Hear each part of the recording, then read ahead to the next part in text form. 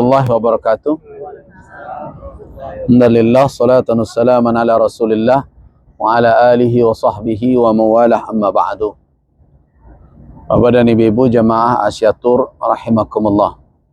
Sebenarnya saya agak khawatir nih dengan kondisi jamaah kita, karena kedisiplinannya agak repot ya. Nah, nanti yang mengkhawatirkan itu ketika perjalanan ibadah. Kalau ada nanti yang tercecer di belakang berbagai macam, tidak saling memperhatikan, yang saya khawatirkan ibadahnya rusak. Nah, ketika ibadahnya rusak, kami tidak bisa memantau karena sudah tertinggal berbagai macam, akhirnya kita ngapain ke sini? Kan ke sini bukan pergi jalan-jalan beli kurma kan? Tujuan utama kita kan beribadah. Makanya saya berharap untuk perjalanan kita ke depan, waktu tolong dijaga dengan baik. Ya, karena ada hal-hal yang tidak bisa ditunda. Ini nanti saya umumkan dahulu, jelaskan dulu tentang proses keberangkatan ke Makkah. Ada yang tidak bisa ditunda. Ini kalau terlambat, yang kasihan nanti yang naik kereta cepat. Kereta cepatnya nggak bisa nunggu kita. Tidak ada alasannya, oh jamaah kami tadi belum naik bus. Dia bilang kan, nggak bisa begitu. Sama dengan naik pesawat. Ya kalau terlambat ya tertinggal. Nah karena itu nanti tolong proses makanya yang ingin saya sampaikan ini betul-betul diperhatikan dan dipatuhi. Karena itu untuk kita semua. Nah kemudian di samping kita akan jelaskan proses keberangkatan, juga akan saya jelaskan tentang kaifiyat ibadah yang akan kita lakukan, yaitu ibadah umrah kita. Mulai dari awal nanti, tetapi ingat, jangan tanyakan dahulu bagaimana di Makkah. Nanti di Makkah kita akan kumpul juga. So kalau saya jelaskan dari awal sampai akhir sekarang, kan mayoritas kita ini perhatiannya sudah terbagi-bagi ya. Sebagian ke kurma, sebagian ke sini, sebagian ke situ ya gitu ya. Jadi akhirnya nggak ingat. Nah karena itu saya akan penggal-penggal penjelasannya mulai dari sekarang sampai nanti di Makkah. Nanti tawaf dan sa'i akan kita jelaskan ketika di Makkah. Ya, jadi tawafnya kapan ya, jangan ditanya sekarang, nanti sampai di Makkah nanti kita akan jelaskan. Sa'inya seperti apa, yaitu di Makkah kita jelaskan, supaya fokus kepada tahap-tahapan ibadah tersebut. Nah baik, sekarang kita mulai dengan proses keberangkatan. Insya Allah kita akan berangkat siang ini menuju ke Makkah. Ada dua pemberangkatan. Yang pertama ada yang melalui menggunakan bus ya, menggunakan bus, dan ada yang menggunakan kereta cepat. Nah, yang jelas kalau kita naik kereta cepat itu koper-koper tidak bisa dibawa kecuali koper troli kecil ya. Yang lainnya tidak bisa, karena itu koper besar kita itu nanti akan diangkut dengan bus ya, dengan bus yang juga akan sama-sama berangkat dengan kita menuju ke Bir Ali dahulu. Dari Bir Ali maka bus akan mengantarkan dahulu lebih awal, yaitu jamaah yang akan naik kereta cepat. Nah sedangkan setelah sampai di stasiun atau di mahattah kereta cepat, kemudian baru bus akan berangkat menuju ke Makkah. Dan perjalanan yang di kereta cepat itu separuh waktunya lebih kurang dibandingkan dengan yang di kereta cepat dengan bus. Bus biasanya 4-5 jam, kereta cepat cuma 2 jaman itu sudah nyampe ke Makkah. Nah nanti jadi kalau agak terlambat nanti kedatangan koper, jangan gelisah pula. Nah ini koper saya bagaimana, kan juga tidak ada keperluan apa-apa dengan koper itu sampai nanti selesai umrah nanti. Nah jadi kapan kita berangkat? Nanti sekarang ini kan koper-koper semua sudah dikeluarkan ya, yang tas besar ya. Yang tas kecil mungkin masih disimpan di dalam kamar, karena di situ mungkin ada barang berharga, ada dolar ya, ada emas juga, mungkin ada yang beli emas, nggak tahu saya ya. Nah itu kan di sana, jadi diamankan semua di tas kecil. Tapi nanti untuk kemudahan keberangkatan, kita tahu kan lift terbatas. Nah karena itu makan siang untuk hari ini disegerakan, yaitu mulai jam 11.30. Jadi sebelum sholat zuhur. Nah sebelum sholat zuhur sudah makan. Nanti sebelum makan ngapain? Nanti saya jelaskan. Sekarang proses keberangkatan. Nah, itu ketika akan makan siang, seluruh koper-koper, nah kalau nanti jam 11:30 sudah datang bus ya.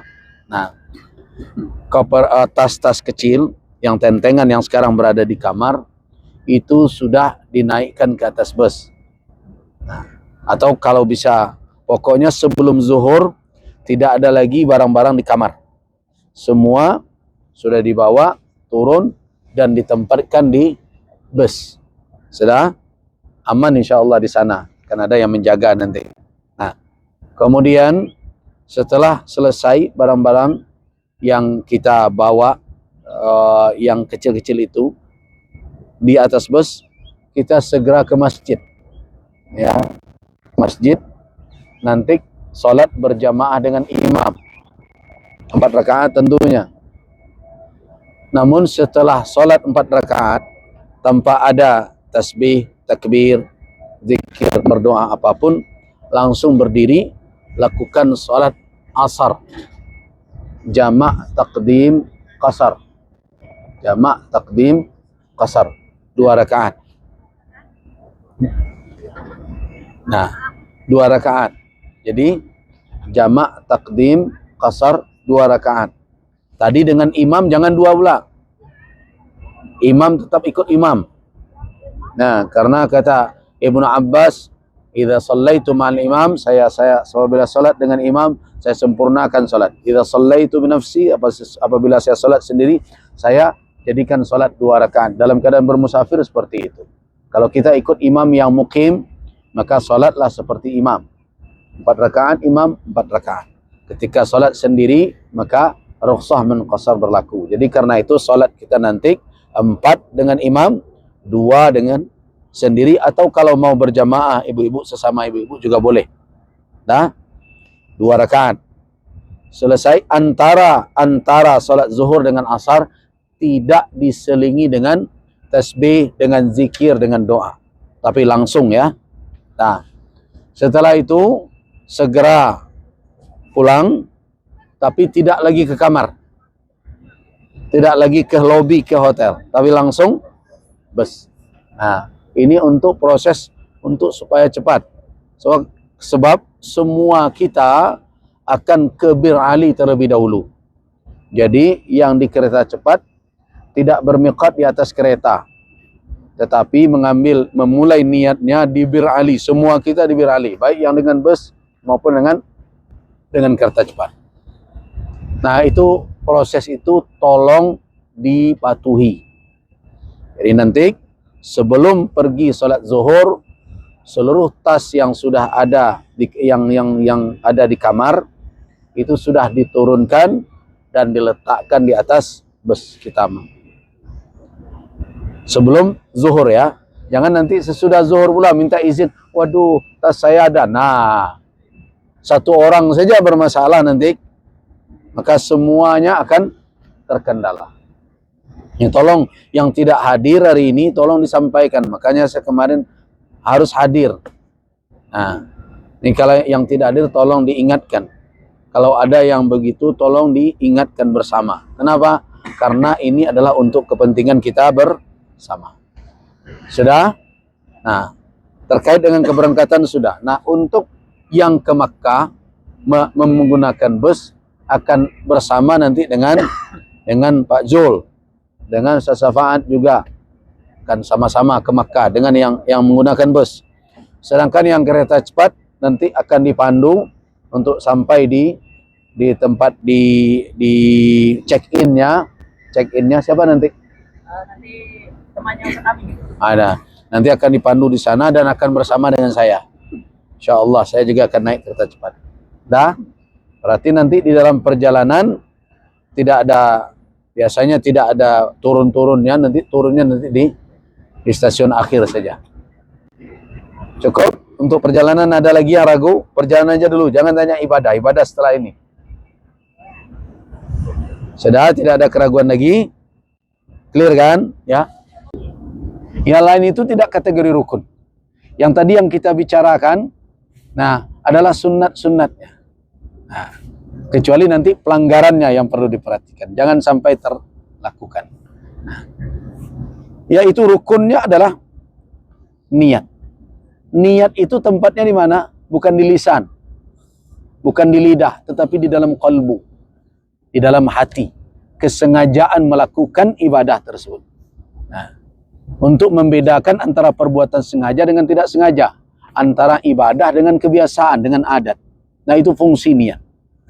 Nah, tapi sebelum berniat, ada sunnahnya. Nah, yaitu, yang pertama adalah niat itu hendaklah diletakkan atau dilakukan setelah salat. Setelah salat, itu afdalnya. Jadi kalau tidak salat bagaimana? Ya sah niatnya.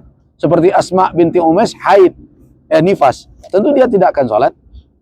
Tetap dia pasang niat. Ya sah. Berarti salat, dipasangnya niat sesudah salat itu hukumnya apa? Sunnah. Nah, bagaimana caranya? Jadi kita tidak temukan namanya salat sunat ihram. Nah, yang ada itu sunat berihram sesudah salat. Artinya salatnya bebas. Salat apa yang bisa dilakukan ketika itu. Nah, tidak mesti harus namanya salat sunat ihram. Nah, apalagi pakai salat sunat rawatib, kita sudah asar, nggak ada lagi itu. Nah, jadi karena itu nanti praktisnya sampai di Bir Ali berwuduk dahulu karena kita salat. Ya akan salat kan? Salat tanpa wuduk tidak diterima, tidak sah. Nah, kemudian setelah berwuduk, bagi yang masih ada wuduk silakan lanjut ke masjid. Bagi yang batal wuduk, silakan berwuduk di tempat wuduk di masjid Miqat di Bir Ali. Setelah itu, jangan lupa yang masih berpakaian dalam dilepas. Kemudian masuk ke masjid, lakukan tahiyatul masjid. Karena kalau salat sunat mutlak ini waktu asar. Nah, tahiyatul masjid 2 rakaat. Selesai salat tahiyatul masjid, kemudian jangan buru-buru. Silakan dulu bertasbih, bertakbir.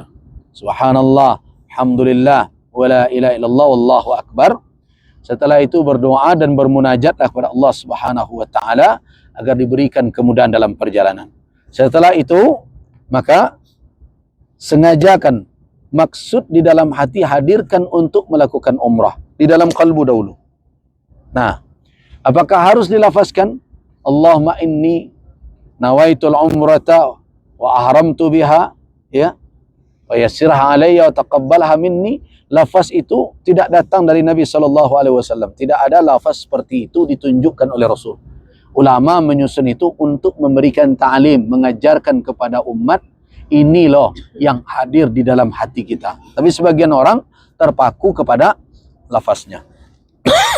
Nah, setelah niat itu hadir di dalam hati, kita hendak berumrah, ya. Kemudian maka ucapkan dengan lidah ihlal. Ihlalnya bunyinya labbaik Allahumma umratan. Nah, boleh pakai labbaika umratan. Boleh pakai Allahumma labbaika umratan. Jadi ada 3 itu dalam riwayat, boleh. Tapi yang biasa adalah labbaika Allahumma umratan. Kemudian teruskan dengan talbiyah yang diajarkan Nabi. Labbaik Allahumma labbaik. Labbaik la syarika laka labbaik. Innal hamda wan ni'mata laka wal mulk la syarika lak. Selesai, berdiri dan kembali ke bus sambil terus bertalbiyah. Nah, di bus nanti saya ingatkan lagi 2 kali, saya ingatkan sebelum kita meninggalkan Bir Ali juga saya ingatkan. Dengan demikian berarti bapak-bapak dan ibu-ibu telah dalam keadaan berihram. Sudah? Itu sama itu, laki-laki dan perempuan. Nah, kemudian setelah berihram, maka pantangan dan larangan ihram, apa yang dipantangkan, yang dilarang dalam ihram berlaku semenjak itu. Nah, apa yang dibolehkan di luar ihram, yang dibolehkan di luar ihram terlarang setelah ihram. Jangan dikatakan yang dilarang di luar ihram. Jangan dikatakan yang dilarang di luar ihram. Yang dilarang di luar ihram tetap dilarang di dalam ihram. Ini ada sebagian orang yang kadang mau bergunjing, ntar ya nunggu kita lagi ihram nih. Enggak benar. Bergunjing itu terlarang terus. Ada orang mau bertengkar, kamu sebenarnya saya sudah tahan sabar, untung saya lagi ihram. Memang kalau tidak ihram gimana? Lain. Nah, jadi yang terlarang karena ihram itu adalah sesuatu yang boleh di luar ihram. Itu terlarang karena ihram. Kalau yang terlarang di luar ihram, di dalam ihram juga tetap terlarang juga, yaitu rafas, fusuk, jidal, itu terlarang juga di luar ihram. Di dalam ihram kenapa ditegaskan oleh Al-Qur'anul Karim? Karena itu bisa merusak langsung ke ibadah. Nah, ini Pak. Nah, apa yang terlarang itu? Ya tadi, wanita tidak lagi menutup dua bagian tubuh tadi. Karena itu perintah. Larangan itu tegas, la tantaqib. Nah, bagaimana tadi ada pertanyaan? Sarung tangan, takut nanti bersenggolan berbagai macam. Ingat, yang membatalkan wudhu itu kalau seseorang menyengaja. Kalau tidak sengaja dan tidak menimbulkan syahwat, atau sengaja tetapi halal dan tidak menimbulkan syahwat, tidak membatalkan wudhu. Nah, bahkan di dalam mazhab Syafi'i yang berpendapat bahwa iltiqa'ul bisyrah bil bisyrah, pertemuan antara kulit dengan kulit itu membatalkan, kalau sudah dalam kondisi ramai, mereka buat tidak membatalkan karena darurah. Sebab kalau itu dilakukan, ntar nggak jadi-jadi tawaf tuh. Kenapa bersinggungan terus? Akhirnya pulang nanti ke apa? Ke Indonesia sudah umrah nggak jadi. Kenapa? Nggak bisa wudhu, batal terus gitu kan? Ya jangan begitu. Jadi tidak perlu pakai seperti tadi, ya. Tidak perlu. Jadi kalau seseorang misalnya dengan istrinya, dengan anaknya dipegang, ada hajat, ada keperluan, misalnya untuk melindungi dia, menyelamatkan dia, terpegang istrinya. Toh kalau sengaja dia pegang kan istri dia, bukan istri orang ya. Nah, itu tidak membatalkan wudhu selama tidak ada syahwat. Kenapa? Banyak dalil-dalil yang menguatkan itu. Di antaranya adalah Rasulullah pernah mencium salah seorang istri beliau. Kemudian beliau salat tanpa berwudhu. Ada yang mengatakan, oh hadis itu dhaif. Ada riwayat lain. Ingat enggak? Ummul Mukminin Aisyah radhiyallahu anha malam hari kehilangan Nabi di samping dia. Ya, dia cari-cari kemana? Sampai akhirnya ke masjid. Nah, sampai ke masjid, waktu itu tidak ada listrik ya. Nah, sampai Rasulullah sedang duduk salat. Telapak tangan Ummul Mukminin Aisyah tiba di telapak kaki Nabi. Ada nggak Nabi bilang, waduh Aisyah batal wudhu? Saya nggak ada. Nah, kemudian apa lagi? Rasulullah SAW kalau salat di rumah beliau, kamar Nabi kan tidak seluas kamar kita ya. Ya, beruntung juga kita punya kamar yang lapang. Nabi tidak. Kalau beliau salat, kadang Ummul Mukminin Aisyah tidur di hadapan beliau. Ya mungkin karena tidur bolak-balik sampai ketika akan sujud, kaki Ummul Mukminin Aisyah itu tiba di tempat sujud Nabi. Ketika tiba di sujud Nabi, beliau geser kaki Ummul Mukminin Aisyah. Jadi karena itu kalau bersentuhan kulit antara laki-laki dan perempuan halal, ya, tidak mendatangkan syahwat, tidak membatalkan wudhu. Apalagi kalau tidak sengaja, selama tidak mendatangkan syahwat, tersinggung ya, dan bermacam. Jadi tidak perlu ada hal yang seperti itu. Nah, kemudian apalagi yang terlarang, yang boleh di luar, memotong kuku. Tadi kan boleh. Setelah ihram, tidak boleh lagi. Nah, gitu juga memotong atau mencukur bulu-bulu badan, tidak boleh lagi. Tadi boleh, baru boleh setelah ihram, telah umrah selesai nanti, setelah tahallul. Kemudian berikutnya apa lagi? Berharum-haruman. Tadi kan boleh, sekarang boleh. Tapi selama ihram, tidak boleh. Nah, sudah. Kemudian termasuk juga berburu binatang buruan darat, tidak boleh. Tapi itu tidak terlalu rumit ya. Siapa pula yang mau berburu sekarang? Nah, nanti saya share lah pantangan larangan ihram. Sudah. Kemudian tetaplah dalam keadaan bertalbiyah.